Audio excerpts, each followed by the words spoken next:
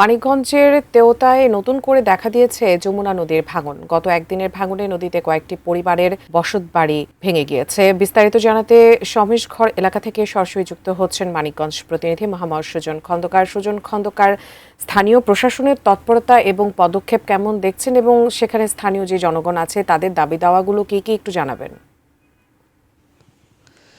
জি, ধন্যবাদ আপনাকে। আপনি যেমনটি বলছিলেন, আসলে আমি এই মুহূর্তে যেই বাড়িটির উপর দাঁড়িয়ে রয়েছি, এই বাড়ির পাশে যে একটা বাড়ি, আমি যদি একটু ক্যামেরার মাধ্যমে দেখাই, এই বাড়ির এখান থেকে কিন্তু দুটি পরিবার গতকাল রাতে আপনার হচ্ছে গিয়ে নদীগর্ভে বিলীন হয়েছে। এখনও সেই গাছগুলো কিন্তু তার চিহ্ন কিন্তু রয়ে গেছে।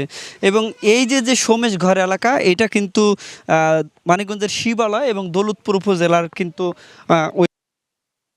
এই এলাকাটা, এইখানে প্রায় ৯ কিলোমিটার এলাকা কিন্তু একদম নদীর তীরবর্তী। এই এলাকার সমস্ত মানুষ কিন্তু যমুনা নদীর ভাঙনের কারণে গত ৫ থেকে ৬ বছর যাবৎ তারা কিন্তু সর্বশান্ত, একেবারে নিঃস্ব হয়ে পড়েছে।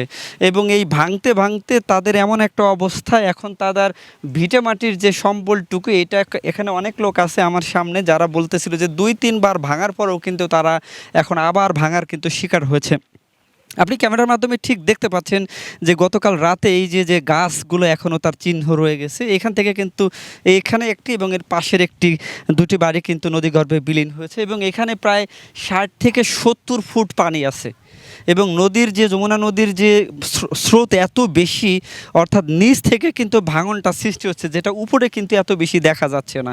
এবং এর আশপাশের টোটাল এলাকা জুড়ে কিন্তু এই ভাঙনটা সৃষ্টি হয়েছে। আমি উপজেলা প্রশাসনের সাথে কথা বলেছি, তারা আমাকে মূলত বলছে যে এই ভাঙন রোধের জন্য তারা কিন্তু জিও ব্যাগ ফেলে আপাতত ভাঙন রোধের কিন্তু তারা চেষ্টা করছে। তবে এখানে স্থানীয় যে এমপি রয়েছে, তার মাধ্যমে জেলা প্রশাসকের মাধ্যমে স্থায়ী নদী শাসনের যে একটা ব্যবস্থা, এটা কিন্তু তারা চেষ্টা করছেন। যে এখনকার মতো এই ছিল আমার কাছে।